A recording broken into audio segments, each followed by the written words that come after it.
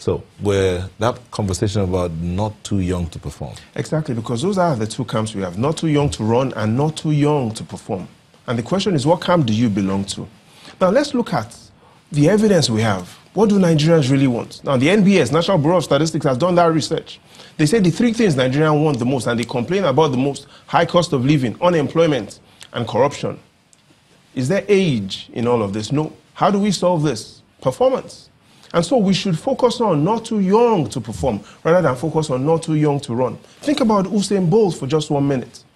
Nobody remembers his age, but we all remember what he did, his athletic performance. When we remember Muhammad Ali, nobody remembers his age. We remember the fight, the performance against George Foreman, the performance against Smoking Joe. That is what we remember Cassius Clay for. The Americans talk about their youngest ever elected president, John F. Kennedy, 1961. They don't talk about him that he was just a young president. It was about performance. And so the camp of the not too young to perform, yes, do recognize that there is a need to have younger leaders, but there's a challenge, and it is an error when younger leaders make that case based on their age. The case in your time should be based on performance. Sometimes we even argue that, oh, it's the older leaders that are stealing all the money, that the younger ones steal less. Now, I remember the class of 99 in Nigeria, class of 1999. That class that had 30 governors who were in their 30s.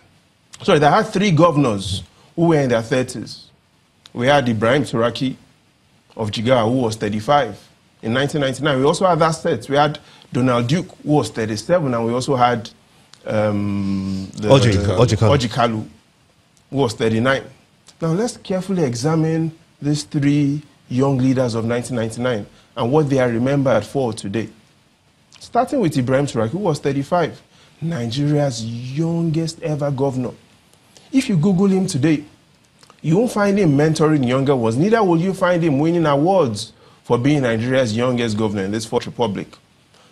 Now, even though the law clearly states you are innocent until proven guilty, and Ibrahim Turaki, yes, is innocent, but today the EFCC alleges that this innocent man is being looked for 36 billion naira. That is what the challenge is facing this young governor. Fraud cases, again allegations, innocent until proven guilty, right? Allegations of 36 billion naira. The EFCC says he's a dangerous man. They've been looking for him for 4 years, as they alleged. They found him, but they say he's so dangerous that they still keep him on their wanted list. Again, Ibrahim Turaki, innocent until proven guilty. What about Donald Duke? Oh, yes. Donald doesn't have EFCC cases on him, but he is also a bit different. Now, listen carefully to this. Now, they say Donald doesn't have so much EFCC cases. Or in fact, he doesn't have EFCC cases because he was very conservative. He was a cautious governor. In 2007, when he left Cross River State had the lowest budget in the South-South, 39 billion naira. Donald Duke was a conservative governor.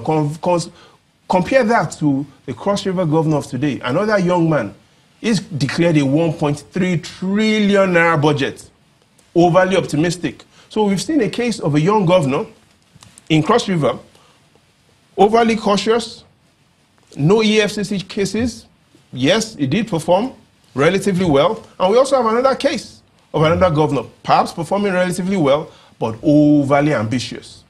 Now, there are several other ways we could look at this. Even if we look at Oji Kalu as well, another governor who was 39 in the 90s. The EFCC, again, innocent until proven guilty.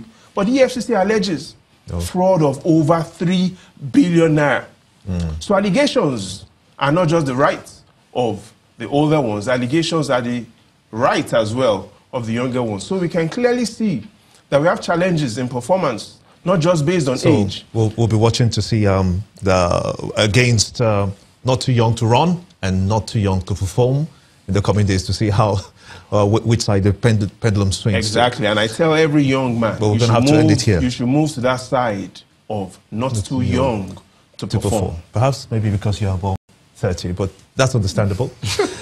So much, thank you so much indeed, Babajide Ogunso, our data information analyst. And that's how it's been on Sunrise Daily this day. want to thank you so much indeed for watching. I am Gimba Umar. And I'm Nell Taig. Have yourself a beautiful Friday and see you on Sunrise tomorrow. Well, we do hope that the situation in Dapchi will be monitored and we'll get updates on what is happening with the girls, you know, who were when they abducted were still unaccounted for in Yobe State. Absolutely, Malpe. Thank you for watching. I'm Maukbe Ogun Yusuf. I'm Najuri Ngalale. Have a wonderful weekend. The views and opinions expressed by guests on this program are those of the maker and do not necessarily reflect the views, opinions, and endorsement of Channels Television.